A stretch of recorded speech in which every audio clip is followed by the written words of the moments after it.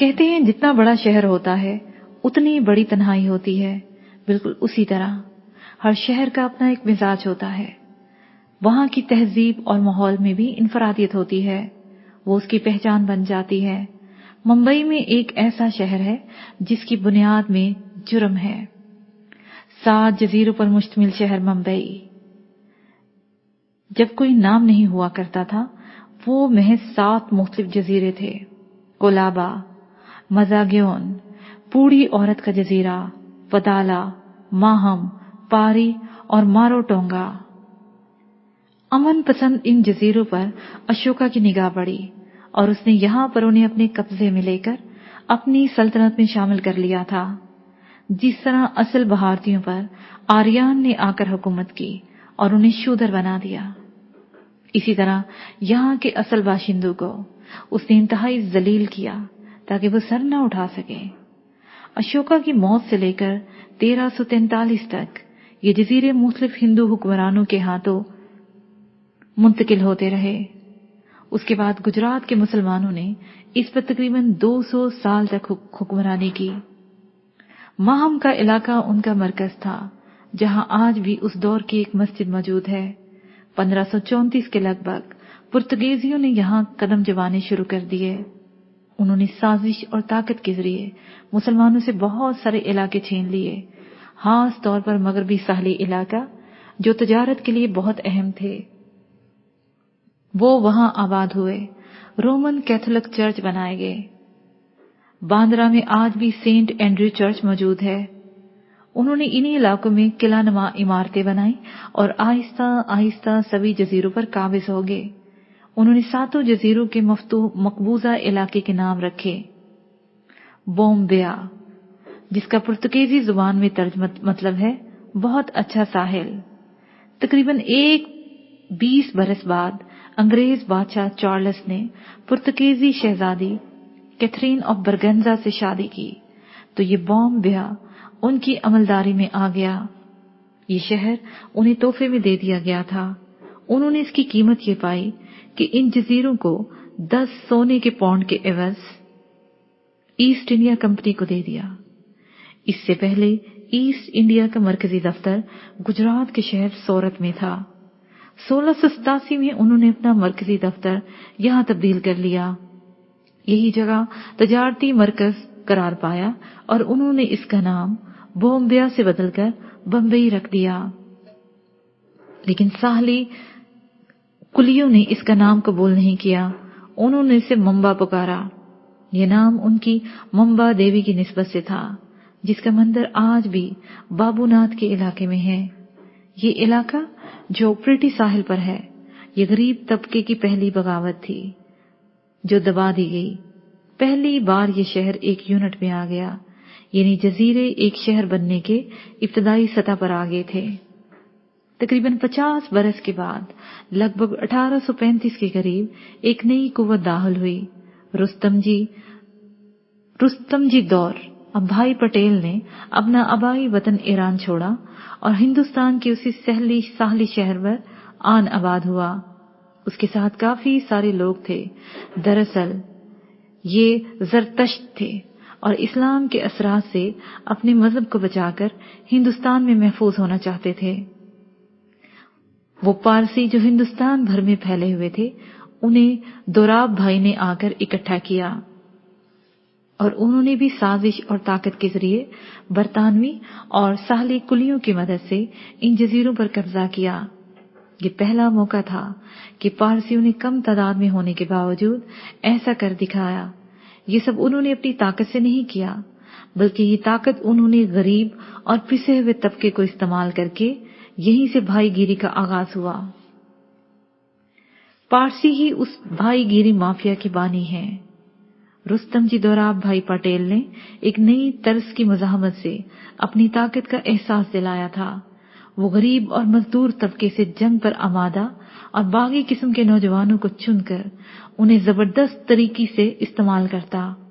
جو سب سے بڑا گنڈا ہوتا وہ بھائی کہلاتا. یوں اب تک یہی اصطلاح ان گنڈوں کے لیے محسوس ہے، جو باقاعدہ ایک مثال ہی نہیں روایت بن چکی ہے. मुंबई में जुर्म की ताकत से हुकूमत का आगाज हो चुका था। वक्त के साथ साथ एक ग्रुप ने नए ग्रुप बनते चले गए। इनमें इलाके तकसीम होने लगे। हर इलाके का नया भाई वजूद में आने लगा। मुंबई के दौलतमंदों ने अपने मुफाद की खातिर ये सिर्फ उस ताकत को इस्तेमाल किया बल्कि उसे परवान चढ़ाया। रकम और तहफ़्फ़ुज़ फराहम करके तजारती हलकों में अपना असर रसूख और रोबदाब बढ़ाने में कामयाब होते गए। इसी धारे में सियासतदान भी आते गए, उनसे भी काम लिया जाने लगा। यूं भाई गिरी ने इतनी वुसअत और गहराई इख्तियार कर ली कि अब ये माफिया की सूरत इख्तियार कर गया। भाई गिरी का हाम माल तब भी और अब भी गरीब, लावारिस, यतीम और बिगड़े आवारा बच्चे हैं जो अपने ज़हन में इंतकाम लेकर परवरिश पाते हैं। यही अंडरवर्ल्ड माफिया है। औरतों से लेकर मनशियात के कारोबार तक, इंसानी कत्ल से लेकर डकैतियों तक, चोरी से लेकर स्मगलिंग तक, एक छाबड़ी वाले से लेकर फिल्मी पंडितों तक से भत्ता वसूली, तमाम तन जराइम अब इसी अंडरवर्ल्ड माफिया के जिम्मेदार हैं।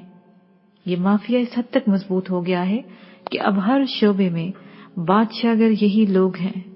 मतलब मामूली जेब कुतरे से लेकर हुकूमती ऐवानों तक इनकी गिरफ्त पूरी तरह मौजूद है। इन सब का सिर्फ एक मकसद है, फायदा।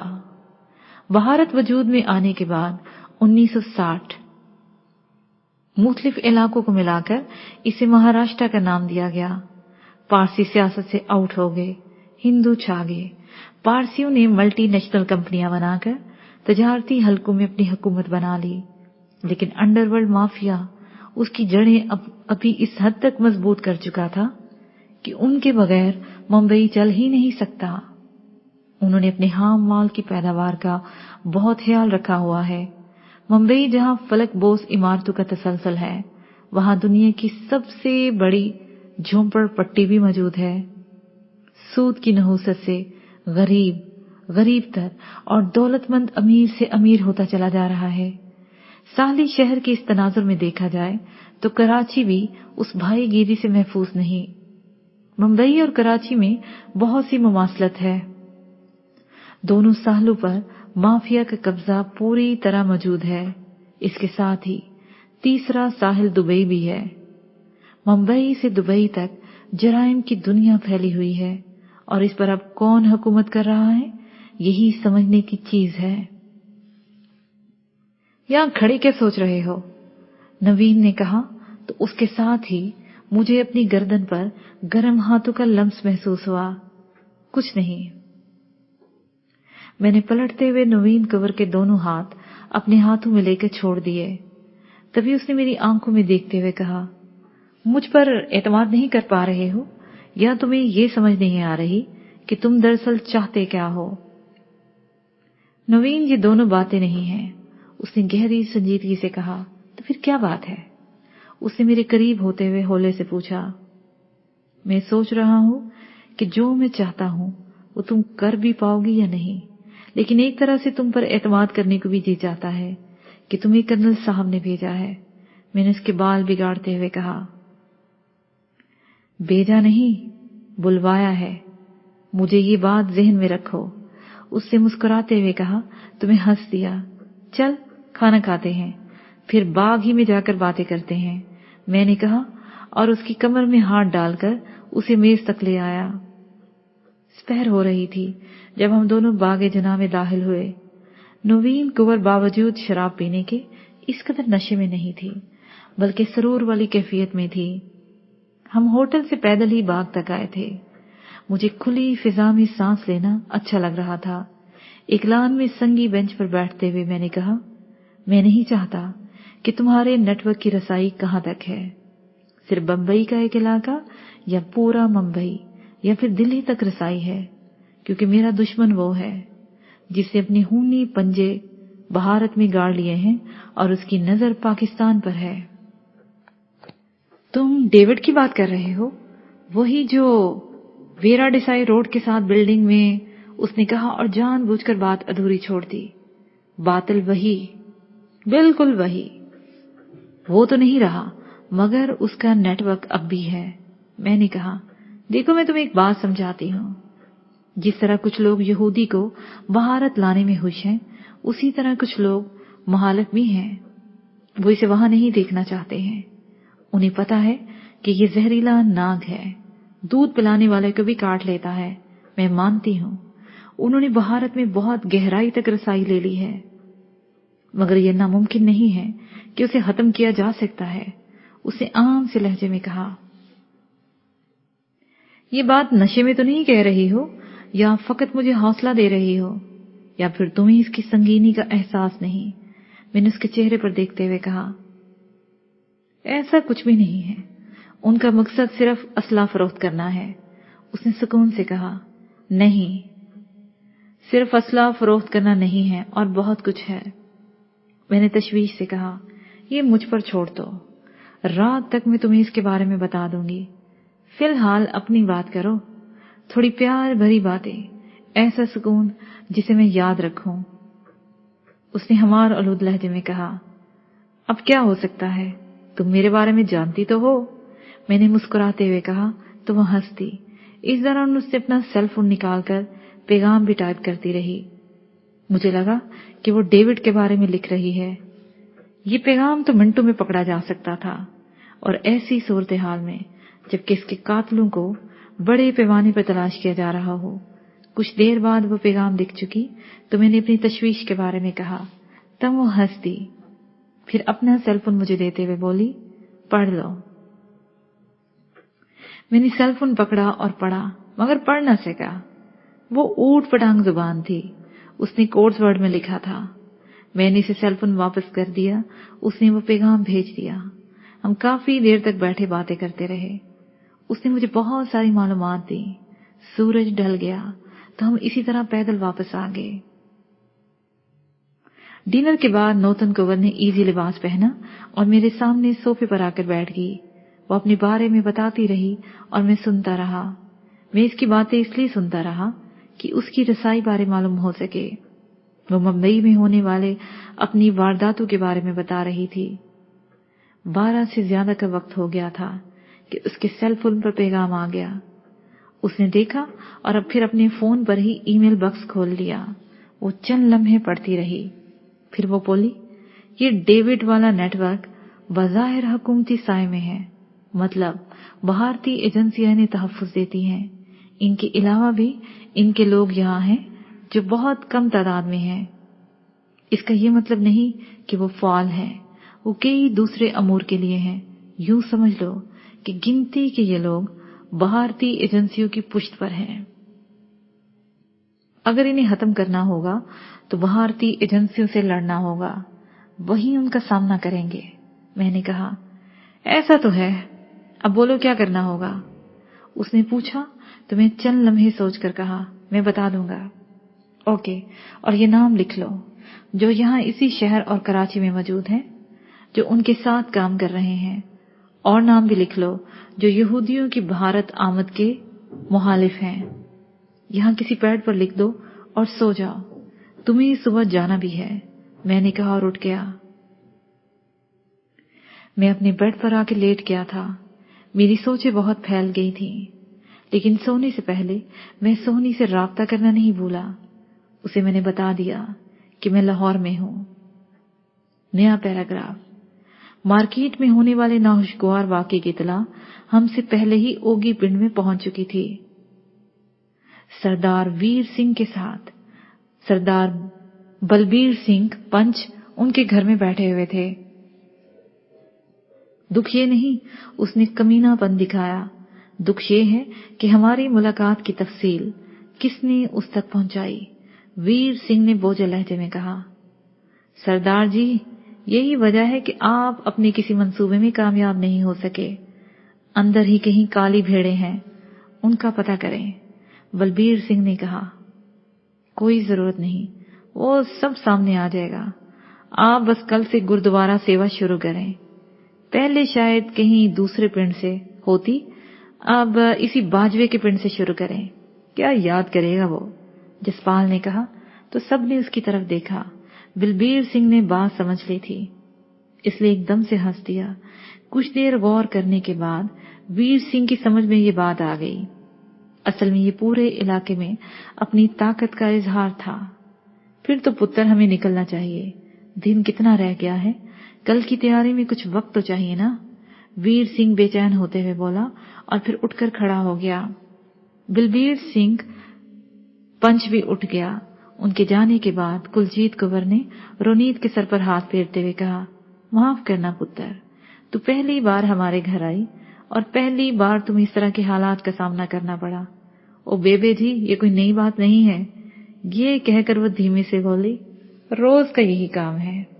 इस पर सभी हंस दिए। चल रोनीत, तुम्हें ड्रेस दूं और तू फ्रेश होकर पहन ले, हरप्रीत ने उसे अपने कमरे की जानिब ले जाते हुए कहा। तो जसपाल अपने कमरे की जानिब बढ़ गया। वो काफी हद तक खुशगवार था।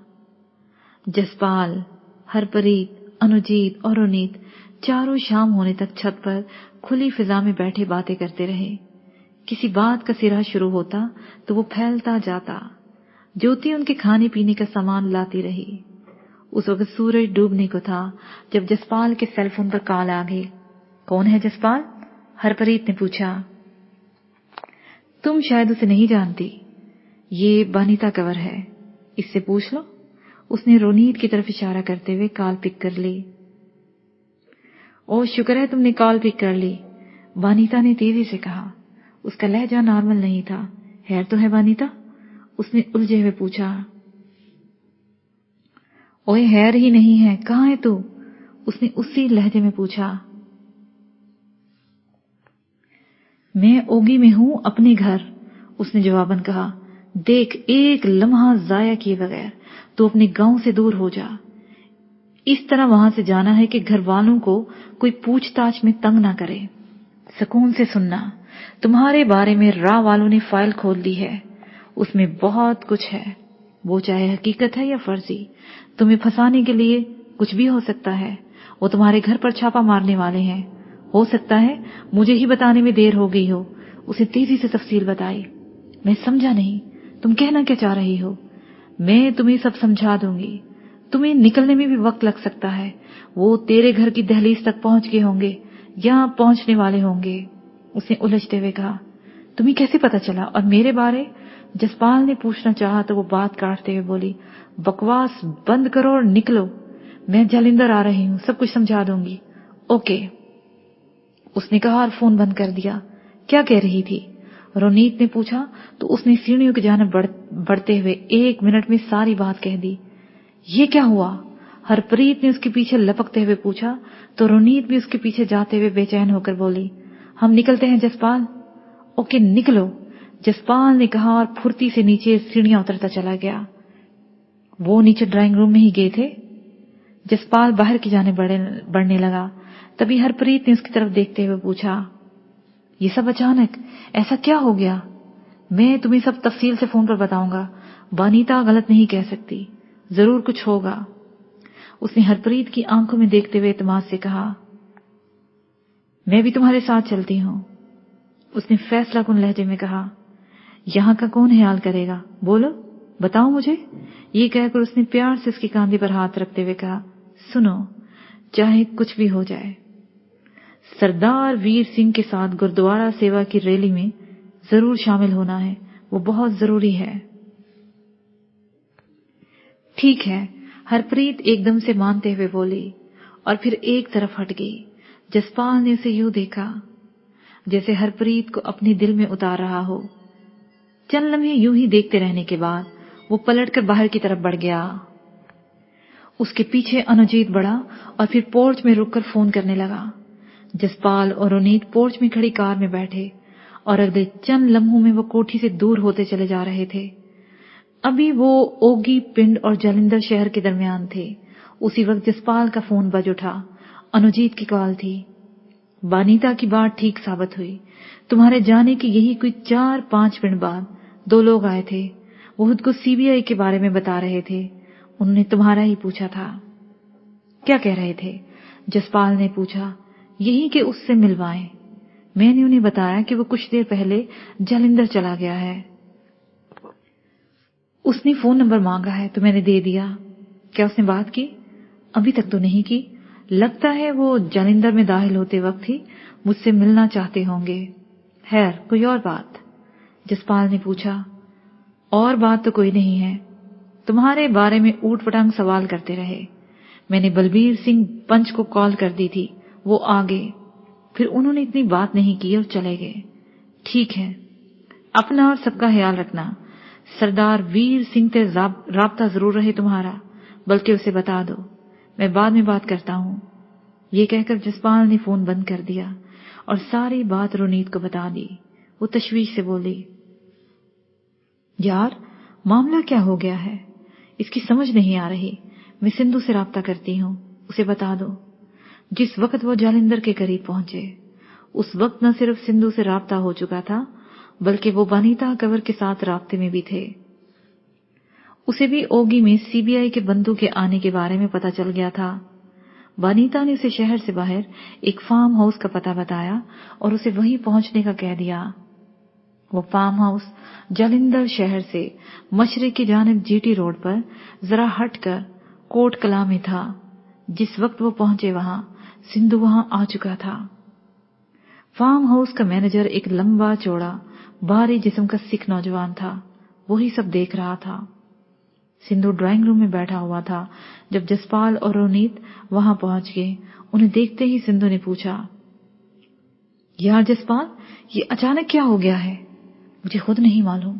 बनीता ने ये सब भगदड़ मचा दी है। वो आएगी तो पता चलेगा। ये कहते ही जसपाल सोफे पर बैठ गया और उसे भी सीबीआई बंदूक के बारे में बता दिया। बाकी सब ठीक है ना? रोनीत ने सरसरी अंदाज में पूछा। हाँ, सब ठीक है। वो प्रोफेसर की बीवी को उसके अबाई गांव भेज दिया है। वहां उसका कोई भतीजा अब भी है। हरपाल गया है उसे छोड़ने। सिंधु ने उलझे हुए लहजे में कहा। क्यों? हम उसे संभाल सकते थे, रोनीत बोली। अच्छा किया, वरना उसकी भी जिंदगी को खतरा हो सकता था। खैर, जब तक बनीता आती है कुछ चाय वाय ही पी ले। मैंने इधर उधर देखते हुए कहा। उस वक्त हम चाय पी चुके थे। जब बनीता कुंवर आंधी और तूफान की तरह वहां आ गई, उसने आते ही कहा, जसपाल, सिंधु, इस वक्त हम बहुत ज्यादा खतरे में हैं, जिसका तुम लोगों को अंदाजा नहीं। कुछ बताओगे भी? यहां, सिंधु ने चिढ़ते हुए कहा तो बनीता ने अंदर कमरे की तरफ इशारा करते हुए कहा, आओ मैं तुम्हें दिखाती हूं। हम तीनों एक बेडरूम में चले गए। उसने एक यूएसबी निकाली और सामने पड़े हुए डीवीडी में लगा दी। टीवी स्क्रीन रोशन हो गई। वो किसी कॉन्फ्रेंस हॉल में होने वाली बातचीत की वीडियो थी। वहां चंद आदमी बैठे हुए थे। उनके सामने एक स्क्रीन थी जिस पर बनीता कुंवर की तस्वीर थी। कोई इसके बारे में ब्रीफ कर रहा था। सर, ये है बनीता कुंवर, जिसका ताल्लुक तो अमृतसर से है, लेकिन ये यहाँ मुंबई में पाई जा रही है। ये हैरत की बात नहीं कि ये मुंबई में क्यों है। इसका माजी ऐसा ही है कि ये जराइम की दुनिया से ताल्लुक रखती है, मगर सबूत ना होने की वजह से कभी पकड़ी नहीं गई। हैरत ये है कि नरमैन हाउस में इसका होना और इस पाकिस्तानी के साथ, ये देखें। ये कहकर उसकी मुख्तलिफ तस्वीरें दिखाई जाने लगी। ये सब नरमैन हाउस में लगे खुफिया कैमरों से ली गई थी। लिफ्ट में, डेविड के कमरे के बाहर, इनके कंट्रोल रूम में। कोई कह रहा था, ये सवाल अपनी जगह। ये तो इसे पकड़कर ही पूछा जा सकता है कि वो वहां पर क्या कर रही थी, क्योंकि इसी पाकिस्तानी के साथ ये मुख्तलिफ जगहों पर देखी गई है। ठीक है, इसे पकड़ो। मजीद क्या है? किसी ने रौबदार आवाज में हुक्म देते हुए कहा। मजीद ये कि सर के जिस वक्त नरमैन हाउस पर हमला हुआ, उससे कुछ ही देर पहले रमेश पांडे पर कातलाना हमला होता है। इसका एक गार्ड मारा जाता है। रमेश पांडे से कुछ सवालात पूछे जाते हैं। उनमें एक फोन नंबर भी पूछा जाता है जो कि नरमैन हाउस का ही था। इसके कुछ देर बाद ही वहां हमला हो जाता है। मतलब रमेश पांडे पर कातलाना हमला और नरमैन हाउस पर हमला करना एक ही सिलसिले की कड़ी है, क्योंकि हमें वहां से कुछ मजीद शवाहिद मिले हैं। वो क्या है? उस रौबदार आवाज वाले ने पूछा। सर, ये देखें, ये तस्वीर, इसमें एक लड़का है और ये एक लड़की। ये गोवा के होटल से ली गई तस्वीर है। छानबीन से ये पता चला है कि ये फायरिंग इन दोनों ने की है। جس کمرے سے کی گئی وہاں موجود جوڑے نے ان کی تصدیق کی ہے۔ انہوں نے اس جوڑے کو باندھا اور بے ہوش کر کے بیڈ کے نیچے ڈال دیا۔ ان کے بارے پتہ چلا؟ روبدار آواز میں پوچھا گیا تو بریف کرنے والے نے کہا، یہ لڑکی تو چندی گڑھ کی ہے۔ اس کے بارے میں شک ہے کہ یہ جرائم پیشہ لوگوں سے تعلق رکھتی ہے۔ جس کے ساتھ اس کا تعلق تھا چند دن پہلے وہ پروفیسر قتل ہو گیا ہے۔ ریکارڈ پر کسی قسم کا جرم نہیں، اور یہ لڑکا، اس کا نام جسپال سنگھ ہے۔ اگرچہ یہ کینیڈا سے تعلق رکھتا ہے لیکن یہاں اوگی پنڈ تحصیل نکودر ضلع جلندھر میں رہتا ہے۔ پولیس اور سی بی آئی کے مطابق جب سے یہاں آیا ہے اس کی سرگرمیاں مشکوک ہے۔ ایک معاہدہ بھی آن ریکارڈ ہے۔ جن کے ساتھ معاہدہ ہوا وہ لوگ قتل ہو گئے۔ اس کے علاوہ اور بہت کچھ ہوا، یہ فائل میں ہے جو آپ کے سامنے پڑی ہے۔ سر، ایک دوسری بری خبر یہ ہے کہ جس آفیسر کو اس پروفیسر کو راستے سے ہٹانے کا ٹاسک دیا گیا تھا وہ بھی ابھی کچھ دیر پہلے گھر سے نکلتے ہوئے دہشت گردوں کے ہاتھوں اس دنیا میں نہیں رہے۔ اس کی پوری تفصیل آ گئی ہے ہمارے پاس۔ یہ کہہ کر چند لمحوں کی خاموشی رہی۔ اب اس روبدار آواز والے نے کہا، اسے بھی پکڑو اور پوری طرح دیکھو یہ سب مختلف جگہوں کے لوگ ایک جگہ کیسے، اور ان کا ہدف نرمین ہاؤس ہی کیوں؟ پاکستان سے ان کا تعلق کیا ہے؟ یہ سب مجھے آج رات سے پہلے چاہیے۔ ہری اپ۔ اس کے ساتھ ہی وہ فلم ختم ہو گئی۔ تمہیں یہ کیسے ملی؟ مطلب فلم؟ سندھو نے تیزی سے پوچھا تو وانیتا نے گہرا سانس لے کر کہا، اچھا چور وہ ہوتا ہے جو نکلنے کا راستہ پہلے بنا کر رکھے۔ اگر ہم اپنے چور راستے ان فورسز میں بنا کر نہ رکھیں تو کب کے جیل کی سلاخوں کے پیچھے گلے سڑتے ہوتے۔ یہ ہائی پروفائل میٹنگ تھی دلی میں، جو اب سے 5 گھنٹے پہلے ہوئی تھی۔ اطلاع مجھے پہلے ملی اور یہ فلم بعد میں۔ اب بتاؤ رونیت، اور تم کیا کریں؟ اور میں بھی کچھ بھی نہیں، بس چند دن زیر زمین رہو، دھول بیٹھ جائے تو باہر نکلیں گے۔ سندھو نے سکون سے کہا، کوئی دوسرا ہو تو مجھے تمہاری اس احمقانہ بات پر اتنا افسوس نہ ہوتا۔ بے وقوف، بھارت سرکار اس بغیرت یہودی کے بارے میں کس قدر پریشان ہے تم اس کا اندازہ نہیں کر سکتے۔ کس طرح انہوں نے چھان بین کی ہے اور وہ جان گئے ہیں کہ یہ سب کن لوگوں نے کیا ہے۔ اس وقت میں تمہاری ذہنی حالت کے بارے میں جانتا ہوں وانیتا، لیکن اس کے سوا اور کوئی چارہ نہیں۔ سندھو نے کافی حد تک خود پر قابو رکھتے ہوئے کہا، میرے پاس اس کا ایک حل ہے۔ جسپال نے سکون سے کہا، وہ کیا؟ وانیتا نے تیزی سے پوچھا۔ وہ یہ کہ میں خود کو پولیس یا جو کوئی بھی فورس مجھے پکڑنا چاہے اس کے حوالے کر دوں۔ تشدد ہوگا، جو بھی ہو میں یہ ثابت کر دوں گا کہ میں وہاں گوا میں نہیں تھا۔ جسپال نے اسے سمجھاتے ہوئے کہا، تم کسی یورپ کی فلم والی فورسز کے پاس نہیں جا رہے جو تمہیں مہمان بنا کر رکھے گی۔ تیرا ریشہ الگ کر کے تجھے مار دیں گے اور تمہاری لاش کا بھی پتہ نہیں چلے گا۔ رونیت نے غصے میں کہا، تو پھر کیا کریں؟ جسپال نے پوچھا۔ وہی جو میں نے کہا ہے، آج رات یہاں سکون سے رہو، کھاتے پیتے ہیں، انجوائے کرتے ہیں، اس دوران سوچ لیں گے۔ سندھو نے کہا تو وانیتا ایک دم سے مسکرا دی، پھر بولی، ہاں یار، ٹینشن سے مسئلہ حل تو نہیں ہوگا۔ یہ کہہ کر اس نے اپنے مینیجر کو بلایا اور کافی کچھ ہدایات دے دیں۔ وہ سب اٹھے اور مختلف کمروں میں جا کر سو گئے۔ اندھیرا پھیل چکا تھا جب انہیں جگایا گیا۔ اس کے ساتھ ہی یہ پارٹ اپنے اختتام کو پہنچا۔